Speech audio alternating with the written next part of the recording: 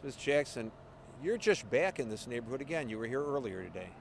Yeah, I was in this neighborhood earlier today helping another family try to complete funeral arrangements for a young lady that was killed here in the city of Newark, intervening in a fight stabbing situation. And to now have to come out again tonight after we just left Riverview Court, we had another incident over the weekend. It is just too much. There's almost like nothing you can say other than help. We need help here. This is for the size of Newark. We are with Chicago's numbers. There's no way you can tell me that there's not. So you can't hide this. When you guys get here, they can't hide this. See, what's going on before is, oh, let's get the crime scene cleaned up in 15 minutes, no matter what it is. And you can't do it anymore. The prosecutor's office, the detectives that are working these crimes, they're tired. I'm sure they don't even, they're like, come on, can we get a night? And we can't even get a break. So when you don't get a break and then you got all the other stuff that comes in under major crimes and all those other areas, this is why I plead, I scream, I'm yelling in a calm voice, come help us. We need some help here. Governor Christie, this is laying on your lap. Mayor Booker, I know you think you're going to be U.S. Senator Hollywood, but until that such time, you have still got an obligation and a commitment here. Sam needs help. He needs more bodies. You got to have people who can get out and investigate. You can't do a 15-hour shift and come out here and properly do what needs to happen. We need help. We need extra bodies. We need boots on the ground in this city, not only to quell and slow down this violence that's going on in this city, but we need programs to prevent this. Our kids have no outs. We have closed recreation centers in this city. There's no outlets for these kids. Only 1,000 kids for the summer. This is the end of the summer, the beginning of the school year, and we're starting off school like this. So now I don't know whose father, I don't know whose brother that is in that driveway right there, but that's somebody's family member who is now affected again by another act of violence. And a lot of times that's not easy for me to close my eyes and go away from that. So, what I find very interesting is a lot of people were walking up to you or driving up to you earlier saying, what's going on? You said another murder, and they said another. So Right. it's not just you who realize it, everybody who lives here Absolutely. realizes it. Yes, we realize because we don't come out like we used to. Like I said, the people come from work, go home, they don't come back out. But sometimes you want to say, okay, it's not going to be again tonight. We can go to the store, we can run up the Pathmark, which is probably what most of these people were doing, riding up the Pathmark. Most of these people are leaving because it's after 11, coming from the hospital, trying to go home from work, and to now have to be detoured because this again, here's one of my real big concerns right now: the mental stability of the officers. How much blood shed, how many shot up people, how many maimed people can you continue to? We are at war on these streets. I mean, I think an officer may even have a better chance of having some sanity over in Iraq and Afghanistan, as we were just talking. This is crazy to have to go to this. And how do you go home to your family and not let this affect what you're doing? You used a term which I find very interesting. You said boots on the ground. This is at a time when there's a debate over whether we should be sending troops to Syria, and you're Yes. saying, look, we need boots on the ground in Newark. Yes. And figurative boots on the ground. I would probably cringe the day that we are that bad in here, and some people say we need it, that the military has to come in here and put civil order into Newark. There are some people who say, Donna, come on, we cannot keep allowing, and there are people having that conversation. There are people calling for that. But like I tell people, you got to understand, when you call for that, that's everybody. Everybody in the house by five, everybody in the house by five. It's not, oh, because you live on this side of town or you live in this section, everybody will be in. We are bad. But but if we get additional help to get some of this situation curtailed, we don't have to have that. But we need additional bodies. We cannot keep putting this all on the manpower we have here. I'm sure there's officers who said, "Oh Jesus, I don't." They work the South District day after day, who have been in this ward 5, 6 years. The West Ward where we shooting them. The whole city is out of control right now. That every time there is a homicide, every time there's a shooting, they're probably like, "Oh, I don't even want to go," because they have to go home to their families. We are all human at the end of the day.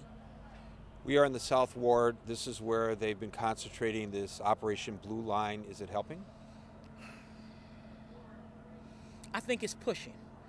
And I think that when you have the amount of street folks when you have the amount of people out of work that are looking for what's my next hustle so that I can pay my rent, so I can feed my kids. My unemployment ran out.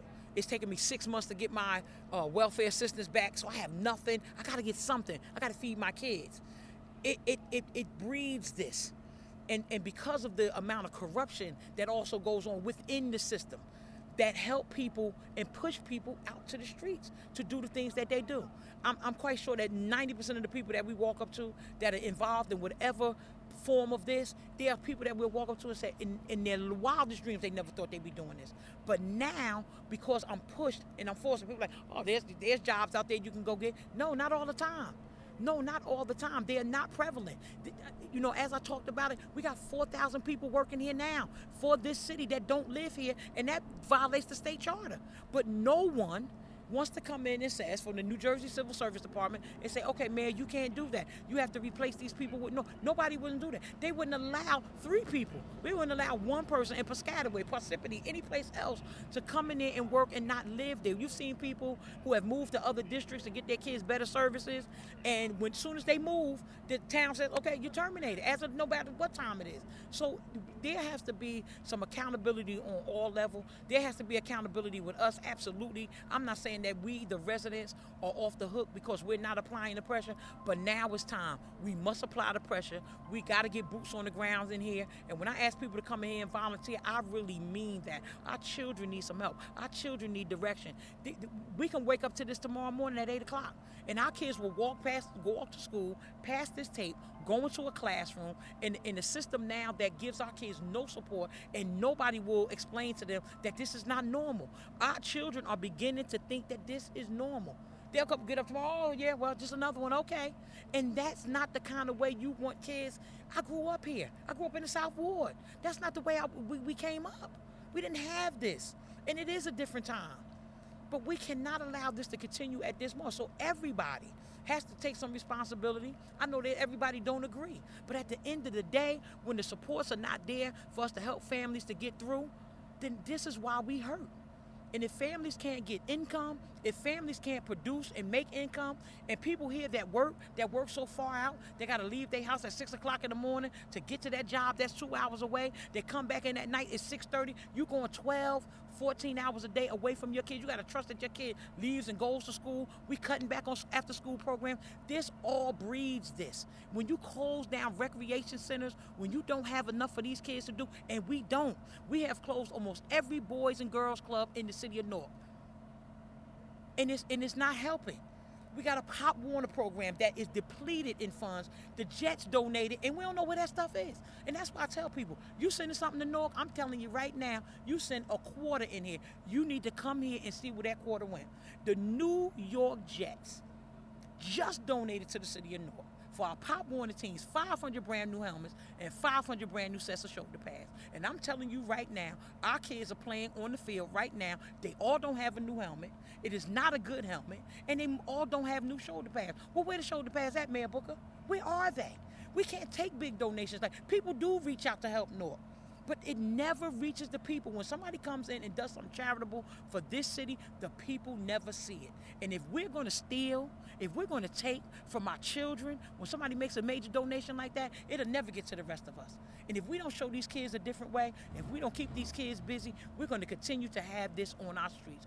Blood on the streets, and it's not time for that now. We need to turn this around. We got to build this up. The mayor is not interested. He's never here. He doesn't reach out to all the families. He picks and chooses who he's going to talk to.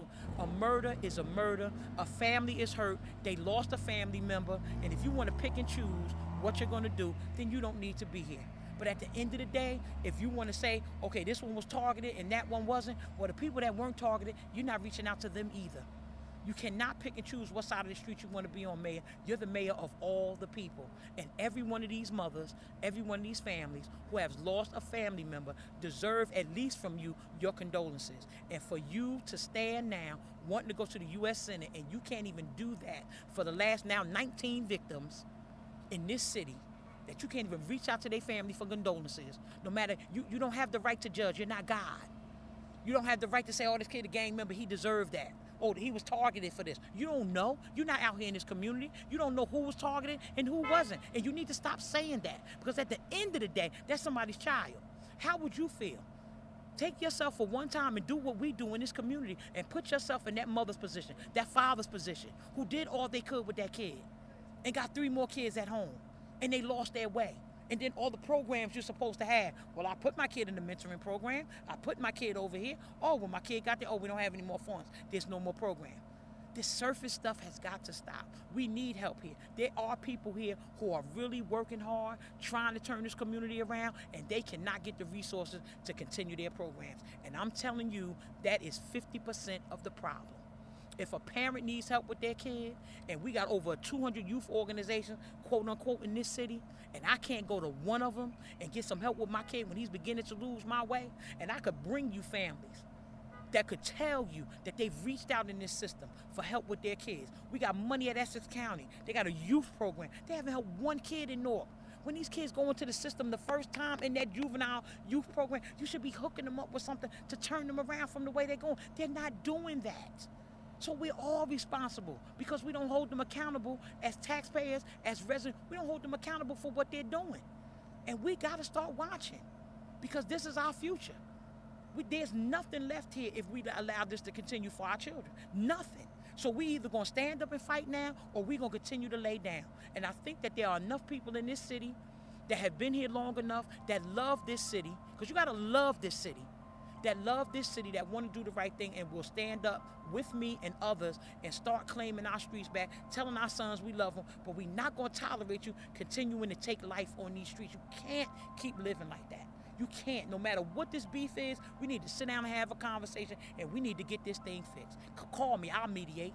What's going on? Because we need to stop this. We cannot keep murdering every day. We cannot keep shooting people. We cannot keep stabbing people, and we cannot keep continuing to have all this violence in this city with all these experts around, all these people everybody knows, and at the end of the day still not getting any answers, because we're still talking and we won't take action. That was good.